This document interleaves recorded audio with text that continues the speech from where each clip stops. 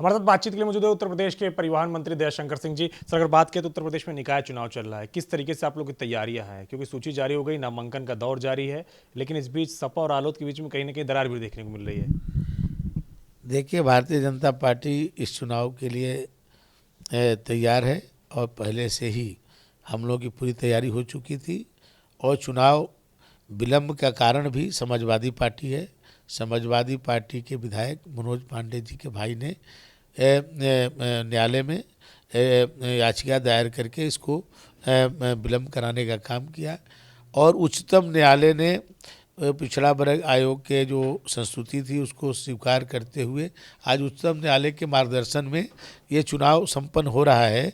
फिर भी समाजवादी पार्टी के लोग कई जनपदों में याचिकाएं दायर करके इसको रुकवाने का काम किए, क्योंकि वो चुनाव से भागते हैं, क्योंकि वो चुनाव ये जीत नहीं पाते हैं। पिछली बार भी 16 नगर निगमों में से 14 नगर निगम भारतीय जनता पार्टी जीती थी।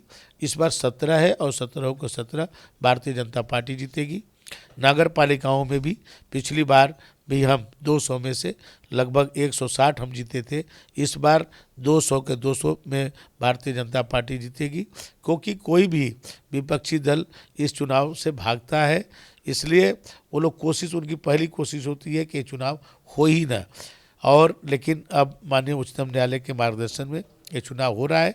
इन लोगों का कोई उस तरह का कोई जनाधार नहीं है, और इसलिए हम ये नहीं समझते हैं कि ये गठबंधन करके भी या बिना गठबंधन भी ये कहीं भी हमारे मुकाबले में नहीं आने वाले। सर, रालोद में और सपा में दरार भी देखने को मिले निकाय चुनाव में, जहां पे रालोद ने पहले घोषित किए थे टिकट, सपा ने घोषित कर दिए। मेरठ नगर निगम सूचना आ रही कि लड़ना चाहती थी रालोद, तो सपा ने वहां पे अपना पहला ही प्रत्याशी उतार दिया। किस तरीके से आप लोग को फायदा होगा इनकी दरार से? देखिए, देखिए इन्होंने सभी प्रयोग किए हैं। 2014 में इन्होंने कई दलों से समझौता किया, 2017 में किया, 2019 में तो वो अपने घोर विरोधी बहुजन समाज पार्टी, जो दोनों के अलग अलग सिद्धांत हैं, मैंने एक पूरब है तो एक पश्चिम, दोनों मिल के लड़े तो मोदी जी की जो लहर को नहीं रोक पाए। और तो अब सुनामी आएगी और सुनामी में सब बह जाएंगे। सर, कानून व्यवस्था को लेकर बड़े सवाल उठ रहे हैं। अखिलेश यादव लगातार उत्तर प्रदेश सरकार पर सवाल उठा रहे हैं, मायावती भी उठा रही हैं, ओवैसी भी उठा रहे हैं। किस तरीके से देखते हैं? देखिए, उत्तर प्रदेश में कानून का राज्य है, और इसका सबसे बड़ा प्रमाण है कि आज पूरे देश के जो भी उद्योगपति हैं आज उत्तर प्रदेश में काम करना चाहते हैं, वो अपना उद्योग लगा रहे हैं। और दुनिया के भी जो उद्योगपति हैं आज अपना चाइना जैसे देश से अपना उत्पादन समाप्त करके सैमसंग कंपनी नोएडा में उत्पादन कर रही है।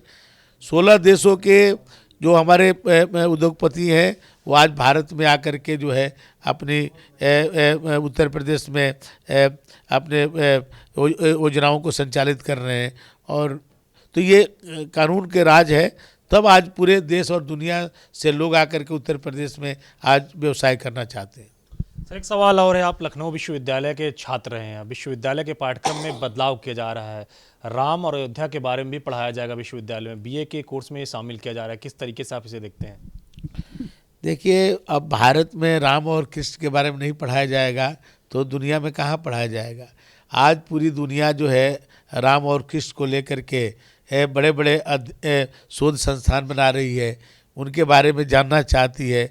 आज दुनिया के लोग आज आकर के जो है आप मथुरा और अयोध्या में हरे रामा हरे कृष्णा कर रहे हैं।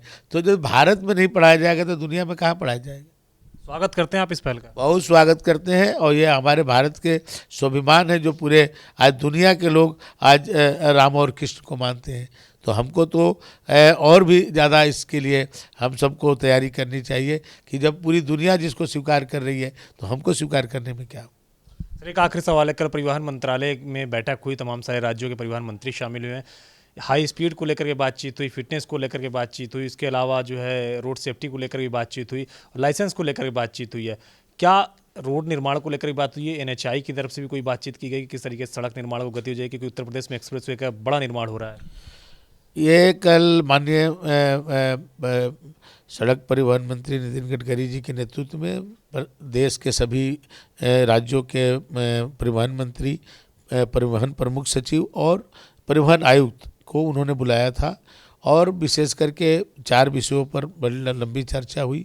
हाई स्पीड को लेकर के, और हम लोगों को स्पीड गवर्नर लगाना पड़ता है उसको स्पीड को नियंत्रित करने के लिए।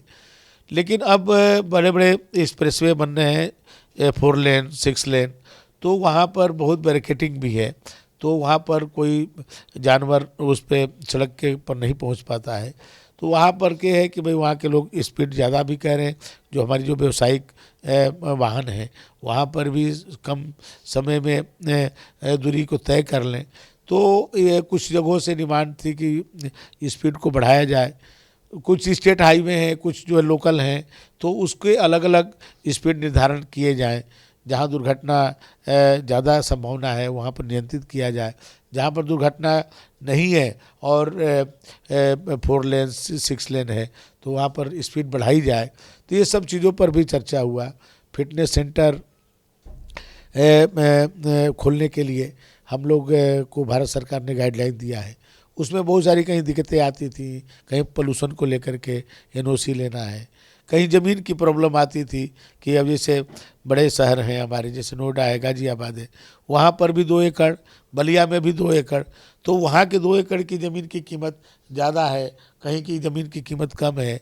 तो उसके लिए कुछ अलग से कि जहाँ कहीं गाड़ियाँ ज़्यादा हैं, भाई नोएडा में गाज़ियाबाद में गाड़ियाँ ज़्यादा हैं, लेकिन बलिया में सोनभद्र में बहुत कम गाड़ियाँ हैं, तो वहाँ पर फिटनेस सेंटर जो बनेगा तो उसको भी उतने ही पैसे लगाने हैं जितना नोएडा में लगाना है।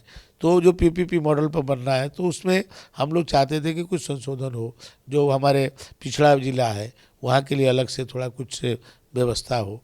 तो ये सब चीज़ों पर भी मैंने चर्चा हुआ है, क्योंकि फिटनेस सेंटर होगा तभी जो है स्क्रैप को हम जल्दी से जल्दी स्क्रैप करा पाएंगे।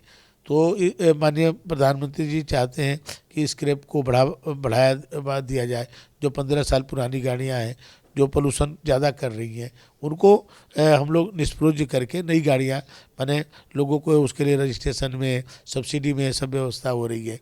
तो इसको कैसे आगे और बढ़ाया जाए। हम उत्तर प्रदेश में 4 फिटनेस सेंटर बनाए हैं, 16 बनाने जा रहे हैं, और और भी जनपदों में हमारी तेज़ी से काम हो इसके बारे में भी हम लोगों ने वहाँ पर कहा है। इलेक्ट्रिक गाड़ियाँ चलें, अभी हम लोग केवल नगरीय क्षेत्र में इलेक्ट्रिक गाड़ियाँ चला रहे हैं, हम ग्रामीण क्षेत्रों में चलाएं, हम लंबी दूरी पर चलाएं, 250 किलोमीटर 300 किलोमीटर 2 शहरों को जोड़ने के लिए करें। तो उसके लिए चार्जिंग के लिए प्रॉब्लम आती थी, अलग अलग मैन्युफैक्चरर की गाड़ियाँ, वो अलग अलग चार्जिंग पॉइंट रहता था। हम लोग चाहते हैं कि सभी निर्माता कंपनियां एक ही चार्जिंग पॉइंट से चार्ज करें, इस तरह की व्यवस्था हो, गाड़ियों की कीमत में थोड़ी कमी आए। तो सरकार क्या और क्या क्या सहयोग, सेंट्रल गवर्नमेंट क्या करेगी, स्टेट गवर्नमेंट क्या करेगी, ऐसे करके इस पर भी चर्चा हुई है।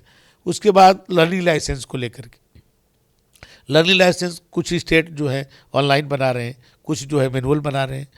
उत्तर प्रदेश भी ऑनलाइन जो है लर्निंग लाइसेंस 100% बना रहा है। उसमें हम लोग चाहते हैं कि भाई एक ट्रेनिंग हो, माने उनको एक कम से कम एक ऑनलाइन पढ़ाया जाए या ऑफलाइन भी उनको अपने जो हमारे सारथी हाल है वहाँ पर 1 घंटा का 2 घंटा का एक टीचिंग का काम हो कि वो मोटर व्हीकल एक्ट को सही ढंग से जान लें। तो दुर्घटनाओं में भी उस पर कमी आएगी, इस पर भी चर्चा हुआ। 16 साल के बच्चों को हम लोग जो 50 सीसी से कम की गाड़ियाँ के लाइसेंस बनाते थे, और अब 50 सीसी की गाड़ियाँ नहीं आती हैं। पहले मोपेड वोपेड आती थी, अब नहीं आती हैं। तो अब आ रही है इलेक्ट्रिक गाड़ियाँ, बिना गियर की गाड़ियाँ। तो हमको ये लाइसेंस बनाने की अनुमति दिया जाए। जो 18 साल में हम बनाते हैं वो लाइसेंस हम 16 साल में बना लें, तो इसकी अनुमति मिले। तो इसके लिए भी चर्चा हुई है। तो ऐसे प्रमुख बिंदुओं पर चर्चा हुई। एनएचआई के निर्माण को लेकर कोई चर्चा हुई कि उत्तर प्रदेश में एक्सप्रेसवे का जाल बिछ रहा है? देखिए, उत्तर प्रदेश देश का पहला राज्य है जहाँ पर 13 एक्सप्रेसवे हैं। 13 में से हमारी 6 एक्सप्रेसवे काम कर रहे हैं और 7 अब बहुत जल्द जो है लोगों को समर्पित होगा। उत्तर प्रदेश एक्सप्रेसवे के मामले में भारत का नंबर 1 प्रदेश। शुक्रिया से बातचीत करने के उत्तर प्रदेश के परिवहन मंत्री दयाशंकर सिंह, जिन्होंने तमाम सारे मुद्दों पर एबीपी गंगा से खास बातचीत की। कृष्ण दलीप के साथ अविनाश तिवारी, एबीपी गंगा, दिल्ली।